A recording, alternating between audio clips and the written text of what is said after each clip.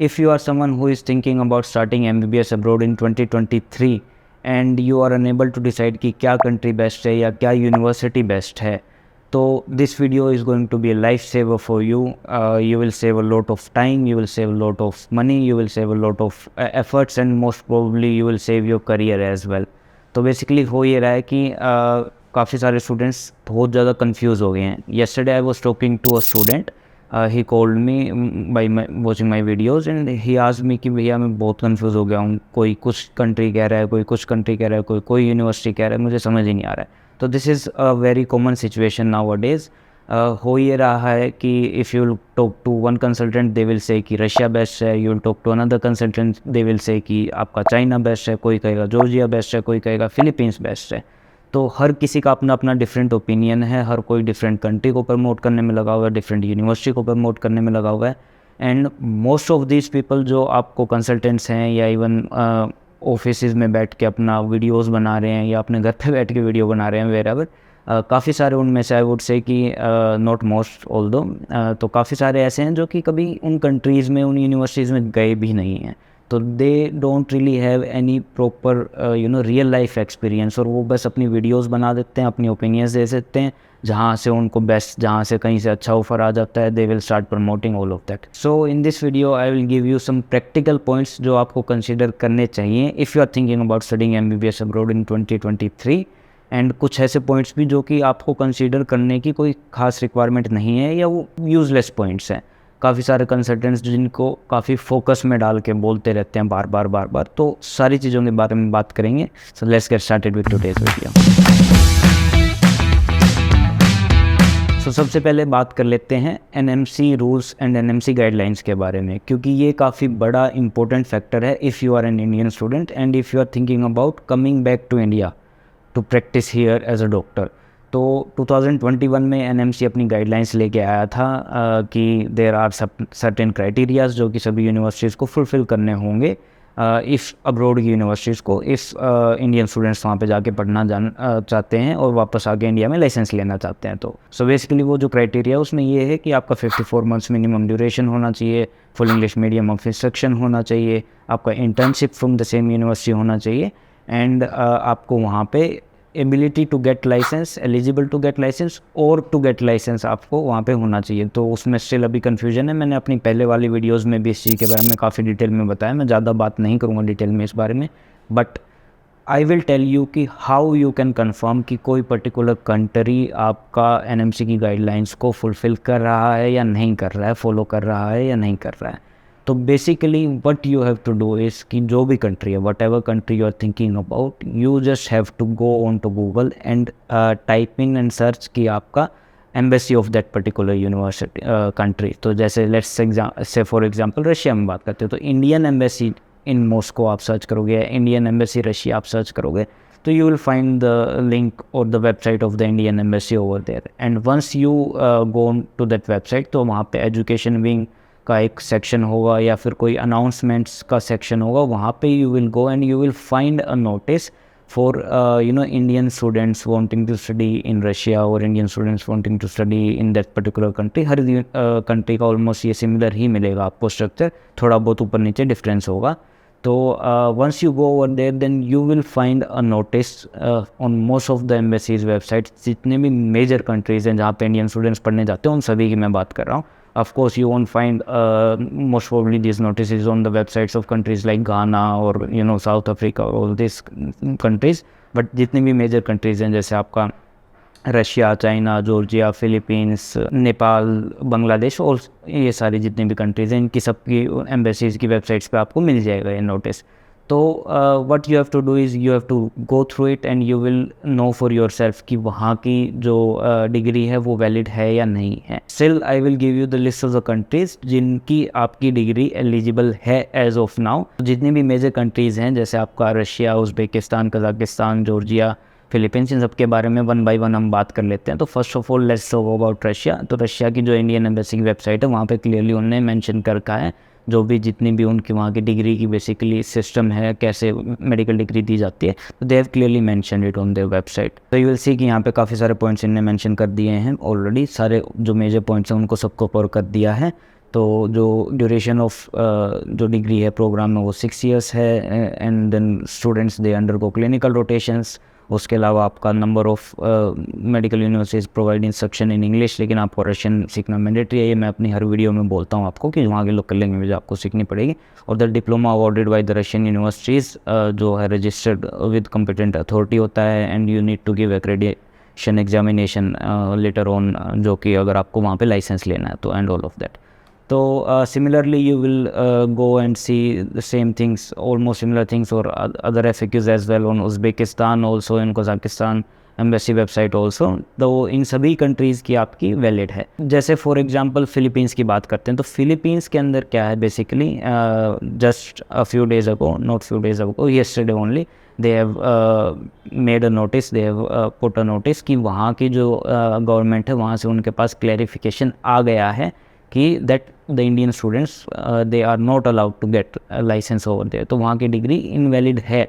उन्होंने वहाँ पे नीचे क्लियरली मेंशन भी कर दिया है कि तो students need to consider this thing if they are thinking about getting admission in university in Philippines, basically in a medical university.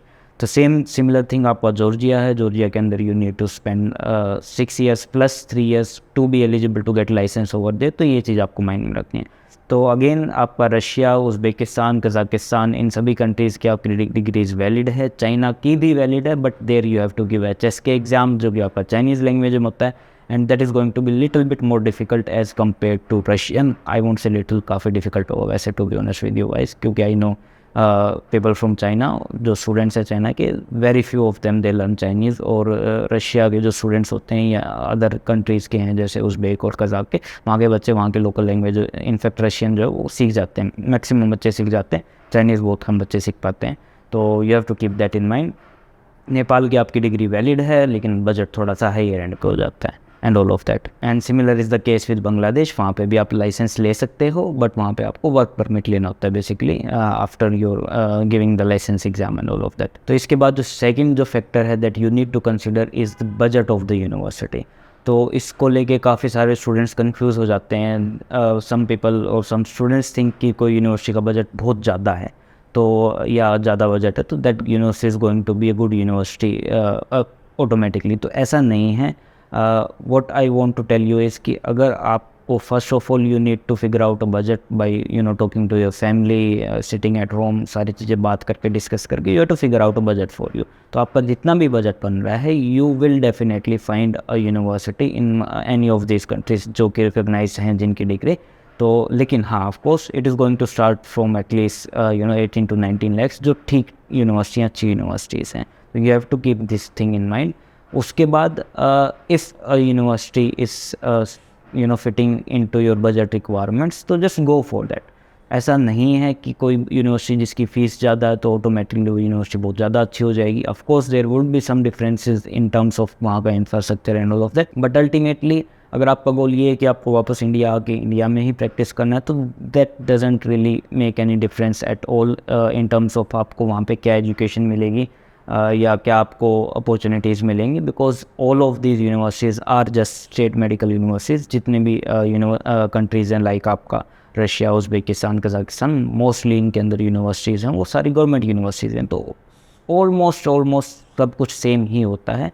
Ultimately it depends on you and your preparation कि आप exams के लिए कितना prepare करते हो, कितना अच्छा शुरू से डेडिकेटेड रहते हो।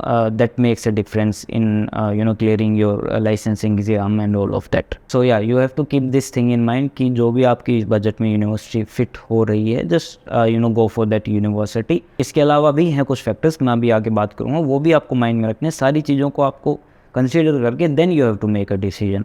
तो but still if your budget is around 25 lakhs, then don't try to get admission in university जो कि 30-35 lakhs में जिसका फीस स्ट्रक्चर ही पड़ रहा है या 30 lakhs ही पड़ रहा है। तो go for the 25 lakh university only, because you will be spending a lot of money further down the line. आपके ग्रेजुएशन के बाद you have to do your PG also, you might also try to go for USMLE और plate. तो वहाँ हर जगह एक आपका अलग अलग एक्सपेंसेस होगा और काफ़ी एक्सपेंसेस होगा। तो just save some money, save money for your PG और even for travelling I would say कि वहाँ पे अगर आपको एक्सप्लोर करना है या कुछ भी है, और बहुत सारी opportunities you will find once you go abroad for your education. So if you can make a decision inside of your budget, then go for it. इसके बाद जो next factor है that you have to keep in mind is the city where आपकी university located है.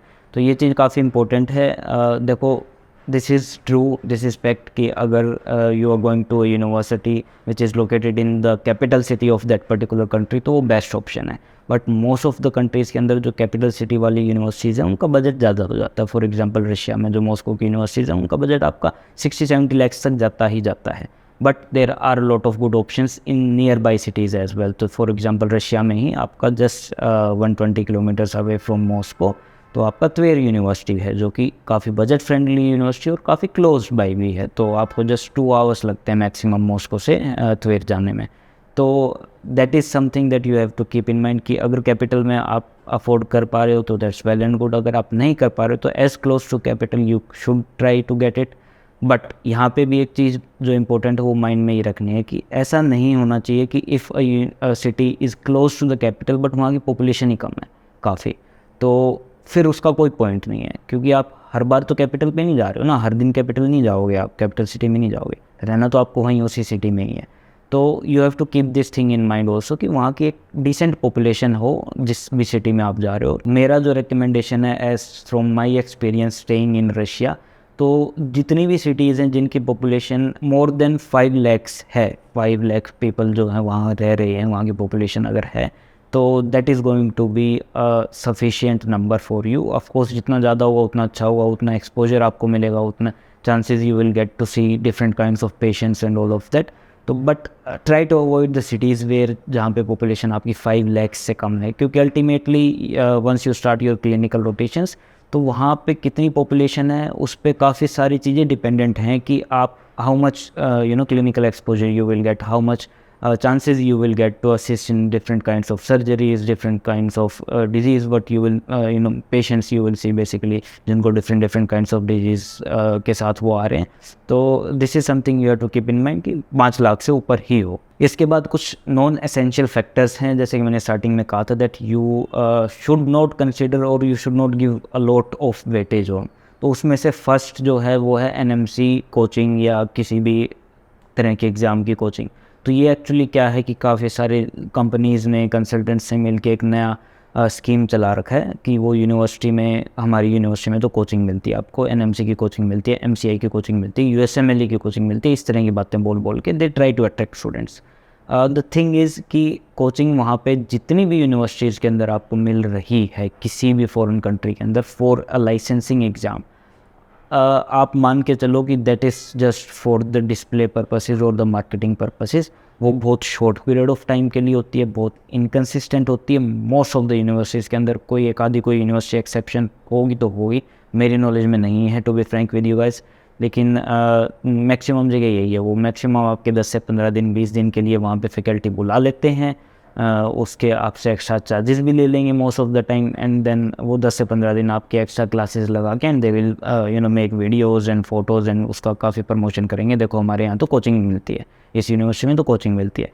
तो that is totally useless thing. I had a conversation with doctor Viraj जो कि Russia से ही ग्रेजुएट थे. तो he also talked about this कि ultimately what should be your strategy if you are thinking about get clearing a licensing exam. तो you can watch that video also. तो ultimately वो आपकी खुद की स्टडीज़ पे और खुद की कंसिस्टेंसी पे डिपेंडेंट है कि आपका लाइसेंस एग्ज़ाम कोई भी कंट्री का वो निकलेगा या नहीं निकलेगा. कोचिंग से बहुत ज़्यादा कोई डिफरेंस नहीं पड़ता, क्योंकि कोचिंग जो है आज के टाइम पे सारी की सारी चीज़ें ऑनलाइन अवेलेबल हो चुकी हैं. इतने सारे मल्टीपल प्लेटफॉर्म्स हैं, ऐप्स हैं जो कि आप ऑनलाइन पढ़ के अपनी अच्छे से प्रिपरेशन कर सकते हो. एंड मैक्सिमम स्टूडेंट्स उन्हीं को प्रेफर करते हैं because that is going to be self pace. आपके पास 6 साल की ड्यूरेशन होगी. फर्स्ट ईयर में भी आप बैठ के पढ़ना शुरू करोगे तो 6 साल में it is more than enough time for you to complete all the 19 subjects अगर आप कंसिस्टेंट हो तो. कोचिंग की कोई रिक्वायरमेंट नहीं है फिजिकल कोचिंग की. हाँ, कंसिस्टेंसी आपको खुद ही क्रिएट करनी होगी. इसके अलावा एक और फैक्टर है जो कि काफ़ी सारे लोग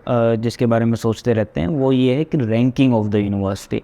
तो दिस इज़ समथिंग मैंने अपनी पहले की वीडियोस में भी काफ़ी बार बोला है कि जो रैंकिंग है किसी भी यूनिवर्सिटी की वो बहुत ज़्यादा डिफरेंस नहीं क्रिएट करती है. आपको वहाँ पे क्या क्वालिटी ऑफ एजुकेशन मिलेगी या आपकी डिग्री क्या होगी, क्योंकि कोई नहीं पूछता. Ultimately once you get graduated from a university, once you get a medical degree, उसके बाद आपको लाइसेंसिंग एग्ज़ाम देना ही देना है। तो आप किसी रैंक की यूनिवर्सिटी से पढ़ लो, उससे कोई डिफरेंस नहीं पड़ता। हाँ, ऑफ कोर्स अगर वो टॉप 100 रैंक के अंदर है पूरे वर्ल्ड में तो that's well and good. And yes, अगर वो कि कोई यूनिवर्सिटी है जिसकी रैंकिंग अच्छी और बाकी सारे क्राइटेरियाज भी फुलफिल कर रहा है आपका, जैसे बजट है, एनएमसी गाइडलाइंस है, एंड आपका जो सिटी वाला फैक्टर है, वो सारी चीज़ें अगर वो it is fulfilling, then go for it, well and good है। लेकिन ये एक बहुत ज़्यादा इंपॉर्टेंट फैक्टर नहीं होना चाहिए, क्योंकि कोई खास डिफरेंस नहीं होगा। Ultimately you will come back to India, क्योंकि most of the Indian students they just go abroad to get degree and come back to India, तो कोई भी डिफरेंस नहीं आएगा। ऑफ कोर्स जो रिसर्च फैसिलिटीज़ या अपॉर्चुनिटीज़ हैं वो थोड़ा सा विद बजट एंड अगर अच्छी रैंकिंग है तो उन यूनिवर्सिटीज़ में आपको ज़्यादा देखने को मिलेगी। लेकिन ये भी ट्रू है कि मोस्ट ऑफ द यूनिवर्सिटीज़ के अंदर आपको ये सारी की सारी फैसिलिटीज़ मिल ही रही होती हैं। ऐसी कोई भी यूनिवर्सिटी नहीं है जो कि रिसर्च में पार्टिसिपेट ना कर रही हो, क्योंकि ये सारी की सारी, जैसे मैंने बताया, गवर्नमेंट स्टेट मेडिकल यूनिवर्सिटीज़ हैं और सभी के अंदर इस तरह की फैसिलिटीज़ होती हैं। अल्टीमेटली वो आपके ऊपर डिपेंडेंट है कि आप उसका किस तरह से कितना उसको यूज़ कर सकते हो, कितनी अपॉर्चुनिटीज़ का आप फ़ायदा उठा सकते हो। तो ऑफ कोर्स अगर आपको ऐसी कोई यूनिवर्सिटी मिल रही है जिसमें कि आपको रिसर्च फैसिलिटीज़ अच्छी हैं, जो कि आपको दिख रहा हो, जिसमें आपको यू आर श्योर कि they are enabling or encouraging the foreign medical students to participate in different kinds of these programs and all of that, उस तरह की यूनिवर्सिटी को आप चूज़ कर सकते हो। अदरवाइज रैंकिंग वाला बहुत बड़ा फैक्टर नहीं है। So at last, if you are thinking about studying MBBS abroad in 2023, तो ये एक ओवरऑल अच्छा ऑप्शन है। If you are not able to get admission in a government seat और a government college in India, तो you can go for it, but do your research diligently, अच्छे से सारी चीज़ें देख के, सारे फैक्टर्स को कंसिडर करके, देन चूज़ अ यूनिवर्सिटी और a country, because there are a lot of people out there जो कि जस्ट अपने प्रॉफिट के लिए कुछ भी बोलते हैं बच्चों को किसी भी यूनिवर्सिटी या किसी भी कंट्री के अंदर भेजने की ट्राई करते हैं। तो just try to stay away from, और try to be conscious about all of these people and everything will be great. If you want to know what is the admission process for getting admission in a abroad college, so you can watch my other video that I made earlier.